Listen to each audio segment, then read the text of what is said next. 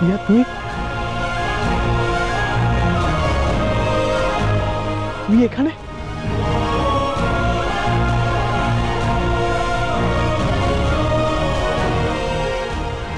দিয়া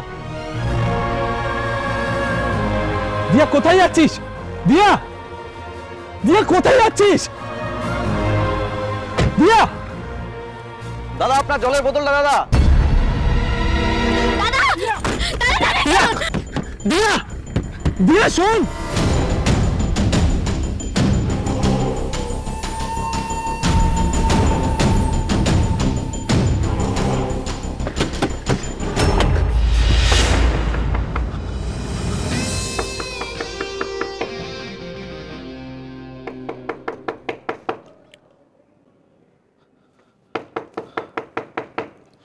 খুলছি।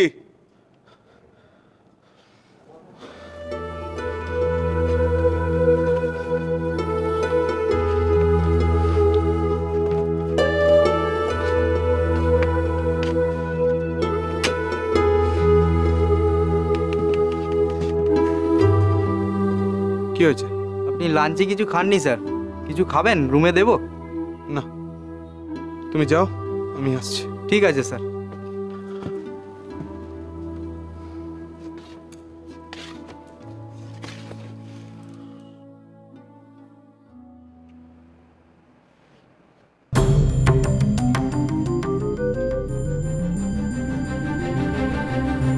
সব তাহলে স্বপ্ন ছিল? তবু মনে হলো কতদিন পর যেন দিয়াকে সামনে দেখলাম। এই স্বপ্নটা কি সত্যি হতে পারে না? তুই কি একেবারেই আমাকে ভুলে গেলি দিয়া? সবাই ভুলে গেল আমাকে, সবাই। তুই আমাকে ক্ষমা না করলে আঙ্কেলও যে কোনোদিন আমাকে ক্ষমা করবে না রে দিয়া। চিরটা কাল আমি অপরাধী হয়ে থাকবো।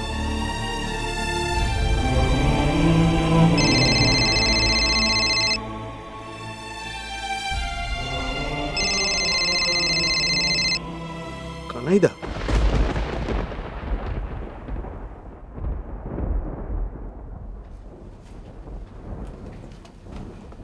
কি হলো? ধরলেন না? আমি আগেই ভেবেছিলাম, তবু একবার ট্রাই করলাম। এদিকে তো সব রেডি। আচ্ছা, এরকম একটা বড় প্রেস মিটে না থাকছেন স্যার, না থাকছেন রাজ সাহেব, কি যে হবে? আপনি তো আপনার মতো করে চেষ্টা করলেন, কিন্তু মিস্টার চ্যাটার্জি এখন কোনো কিছুই শোনার বা বোঝার মতো অবস্থাতে নেই। বুঝতেই পারছেন না যে যাকে ভরসা করছেন, বিশ্বাস করছেন, সে কি পরিমাণ ক্ষতি করছে ওনার। রিক ওকে এমনভাবে হাত করেছে যে এখন শুধু ওর কথাই চলবে।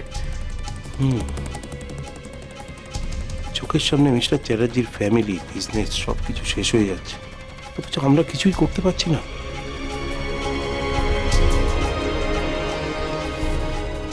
আমার সব থেকে বেশি রাগ হচ্ছে ওই ঝিলিকের ওপরে। কেন দীপু বাবু? ঝিলিক আবার কি করলো? তো সিনেই নেই। না মানে আসলে ওই ঝিলিকের জন্যই তো আজকে বাড়ির এরকম অবস্থা, প্লাস মিস্টার চ্যাটার্জিও আজকে এই কনফারেন্সে আসতে পারলেন না, সেটাই বলছিলাম আর কি। সত্যি সবই তো ঝিলিকেরই জন্য, কিন্তু মেয়েটা যে কোথায় গেল। তবে কি জানেন তো, জীবন কিছুর জন্য ওয়েট করে না। কথায় বলে না, the show must go on. কারোর অভাব বা অনুপস্থিতিতে জীবনের এই যে স্বতঃস্ফূর্ত একটা গতি আছে না, সেটা তো রোধ করা যায় না। যাকে এদিকে সব রেডি তো? হ্যাঁ। গুড, চলুন একটু দেখে নি।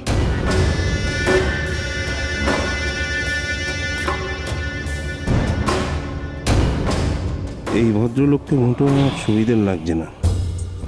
এই মামাবাবুটি আসার পরেই সব আরও যেন তছনছ হতে বসেছে। সব আবার এনারই চক্রান্ত নয় তো?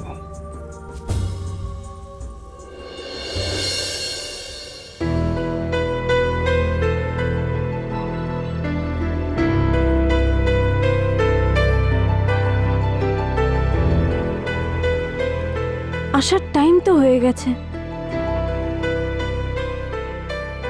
রাজের মামুনি ঠিক আসবেন তো? হঠাৎ আমার সাথে দেখা করতে চাইলেন? কি বলবেন উনি?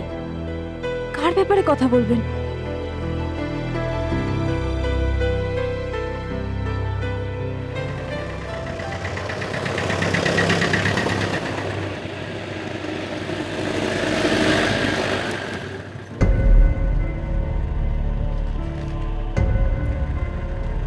আজকে কি এই হোটেলে কোনো প্রেস কনফারেন্স আছে? একবার জিজ্ঞেস করে দেখব। না থাক, কি দরকার।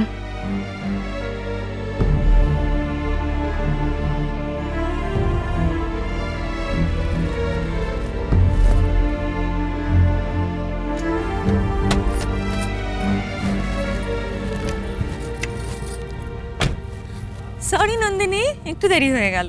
চল চল, এক সেকেন্ড এক সেকেন্ড।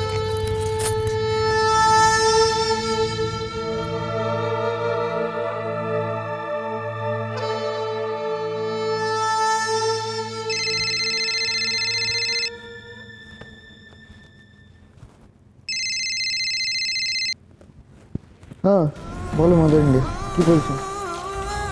পজিশন খুবই ভালো। নন্দিনী এসে গেছে। গুড। তুই কোথায়? আমি আসছি, তুমি টেনশন করো না, আমি পৌঁছে যাবো।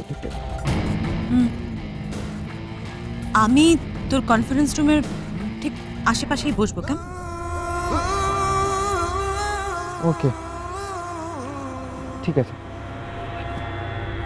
তুমি এগিয়ে যাও। Best of luck. Thank you.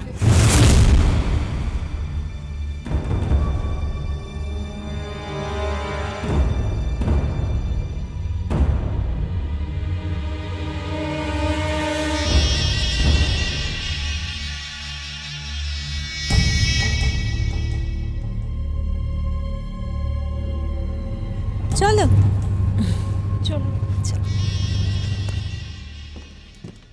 ঝুমুর চা খাবে? এসো এসো, নাও।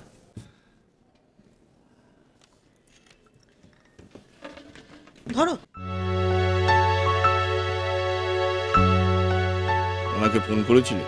কাকে?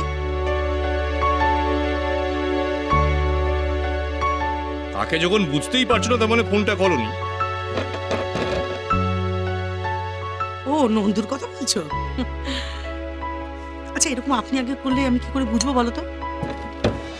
হ্যাঁ কথা হয়েছিল বিকেলে, কিন্তু আমার যেন মনে হলো ও কোথাও একটা বেরোচ্ছে। সব সময় তো বেরোচ্ছে, বাড়িতে থাকলেও বেরোচ্ছে, বাইরে থাকলেও বেরোচ্ছে, ভালোই আছে। মেয়েকে আসতে বলাতে আসেনি তো, তাই রাগ হয়েছে বাবা। এদিকে মেয়ের সাথে কথা বন্ধ, আর এদিকে 50 বার আমাকে দিয়ে ফোন করাচ্ছে মেয়ের খোঁজ নেওয়ার জন্য। হ্যাঁ খোঁজ খবর তো নেবই, আফটার অল আমি ওর বাবা, আমাদের দায়িত্ব আছে। সব নিয়ে অত কিছু ভাবেন, ওদের সেন্টিমেন্টটা বোঝে না, ও বোঝে না। এইসব সেন্টিমেন্টের কোনো দাম দেয়? কোনো দাম দেয়?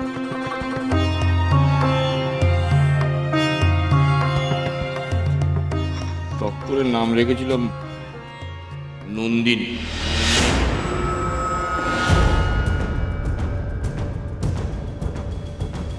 যে পরবর্তীকালে নবাব নন্দিনী হয়ে উঠবে কে জানে।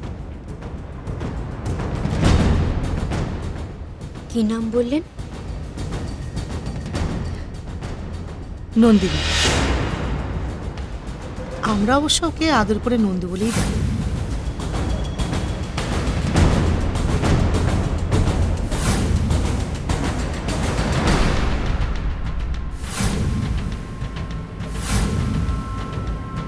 এ কোন নন্দিনী?